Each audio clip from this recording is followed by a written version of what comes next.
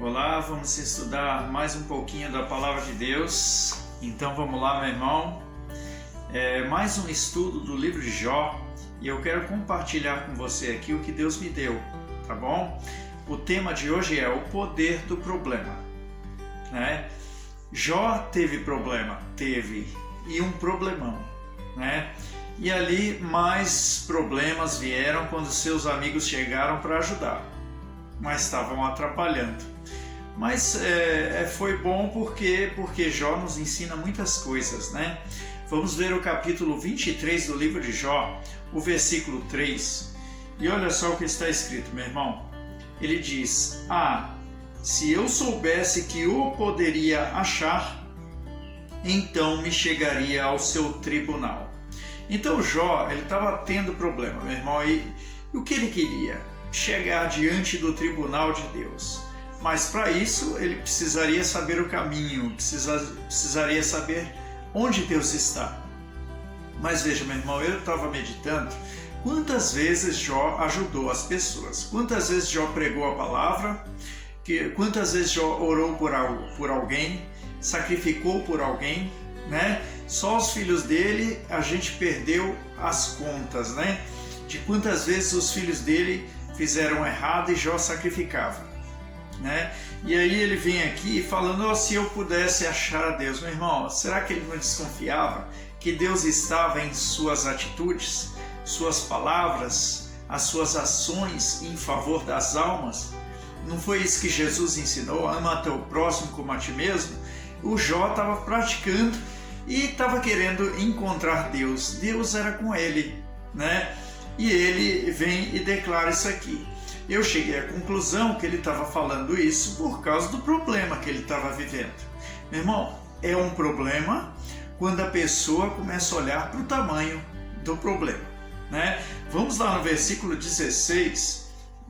Já deixei aqui, no meu caso eu nem precisei virar uma página, olha só, já está aqui. Ele diz: porque Deus macerou o meu coração e o Todo-Poderoso me perturbou. O que Jó estava dizendo, meu irmão, era que Deus fez aquilo com ele.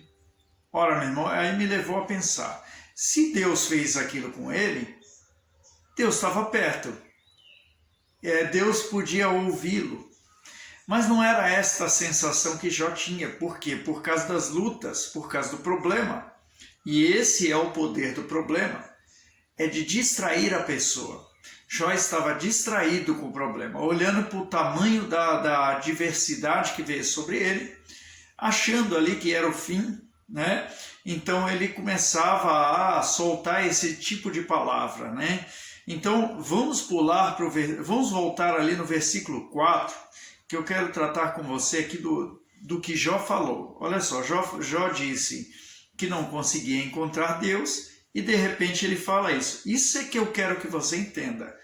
Nas palavras de Jó, o versículo 4 diz, ele diz no 3, se eu soubesse que eu poderia achar, então me chegaria a seu tribunal. E no 4, com boa ordem exporia ante ele a minha causa, e a minha boca encheria de argumentos.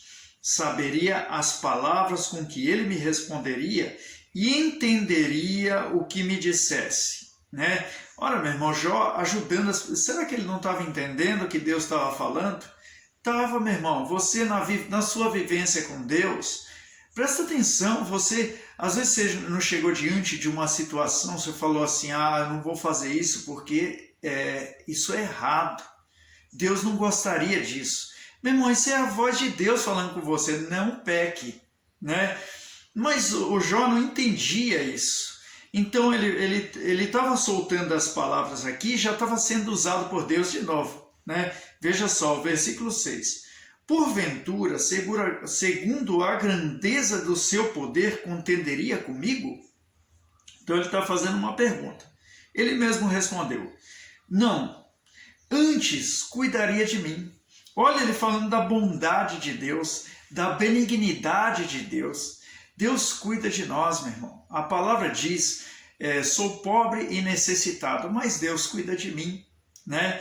Então Jó estava ali, já estava sendo usado por Deus de novo e querendo achar Deus, não sabia se Deus estava ali, né? Olha o versículo 7. Ali onde, meu irmão, diante de Deus, né?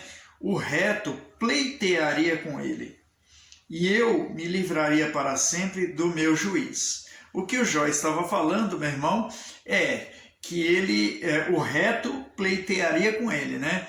Ele virava para os amigos dele e sempre dizia: olha, eu não pequei, eu não errei, mostre o meu erro, fala o que eu fiz de errado, né? Para que eu me defenda. Ele estava sempre falando isso, né?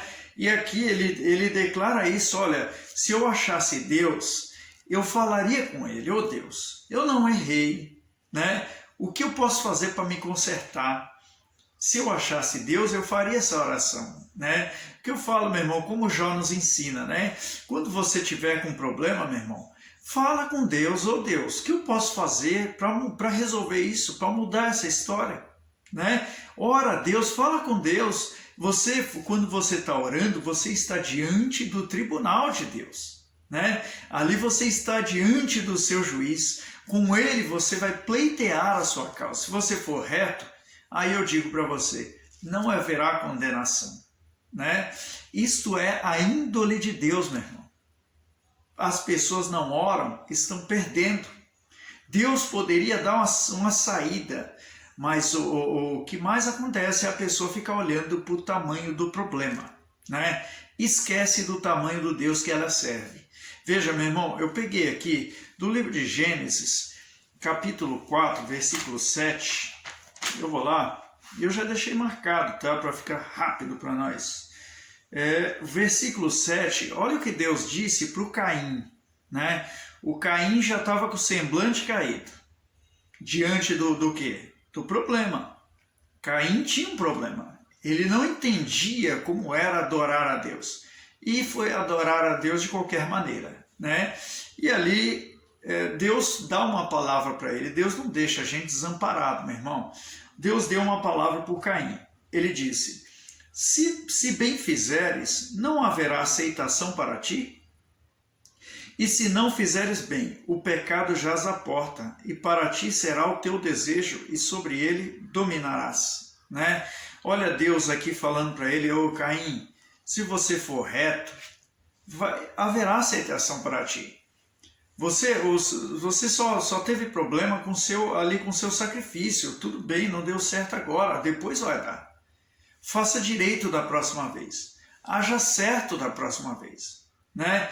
Caim, você pecou agora, mas você pediu perdão, agora faça o certo.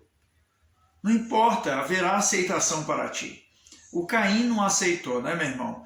E aí a gente já sabe qual foi a história dele. Agora voltemos lá, meu irmão. Voltemos agora no versículo 8, tá? Jó 23, versículo 8.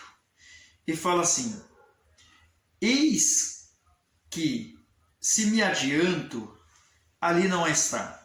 Se torno para trás, não o percebo. Se opera a mão esquerda, não o vejo.